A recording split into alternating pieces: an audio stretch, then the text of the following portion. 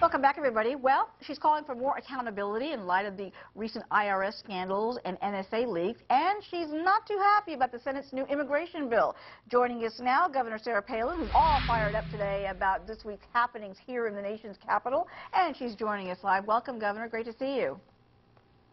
Thank you. I appreciate being on. You put that tweet out today about the concerns that you have over the immigration bill that was passed by the Senate. I know you're really upset about it, and you believe that Republicans just caved in. Why do you think that happened this week?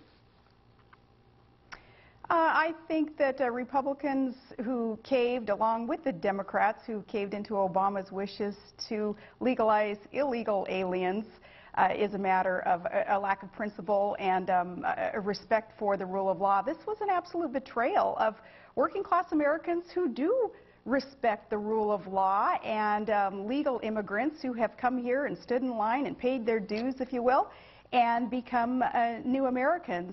This bill, 24 pounds, 1,000 pages of a rush job of a bill that literally was rushed through. It was Pelosi. It was something that the lawmakers decided they had to pass in order to find out what was in it. It doesn't solve any of the problems that we may have with immigration, and an absolute betrayal of the will of the people and of the rule of law.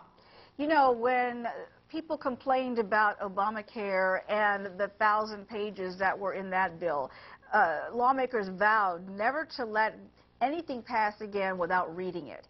And yet again, when this immigration bill came up for a vote, so many lawmakers had not even read it and were just voting on the issue from what they'd heard.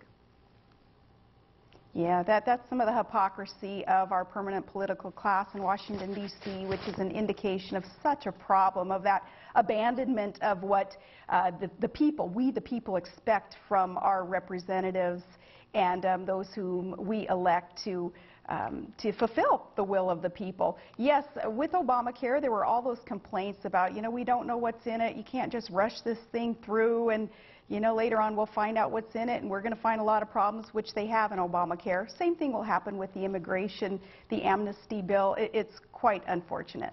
Really quickly, before we get some viewer questions, I want to ask you, what are your thoughts this week about the way President Obama responded to the concerns over Snowden, the NSA leaker, saying that he is in no rush to pick up what he described as simply a hacker? Well, you know, the whole issue with Snowden and with the government's violation of our Fourth Amendment rights to privacy and against searches and seizures of our property, including communications, the problem there is that government has lied to us, and they do spy on our communications, and it took Snowden to disclose that.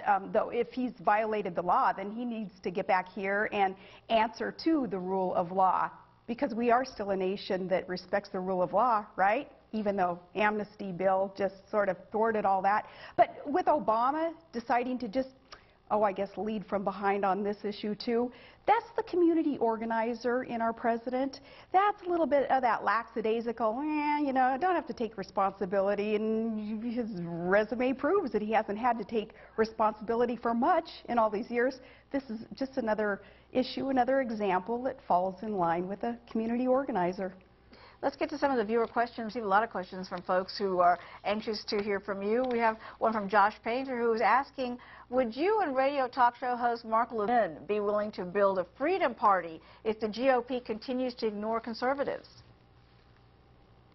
Well, I love the name of that party, the Freedom Party, and if the GOP continues to back away from the planks in our platform, from the principles that built this party of Lincoln and of Reagan, then yeah, more and more of us are going to start saying, you know, what's wrong with being an independent, kind of with that libertarian streak that much of us have, and in other words, we want government to back off and not infringe upon our rights. I think there will be a lot of us who start saying, GOP, if you abandon us, well, we have nowhere else to go except to become more independent and not enlisted in one or the other of the private majority parties that rule in our nation, either a Democrat or a Republican. Remember, these are private parties, and you know, no one forces us to be enlisted in either party.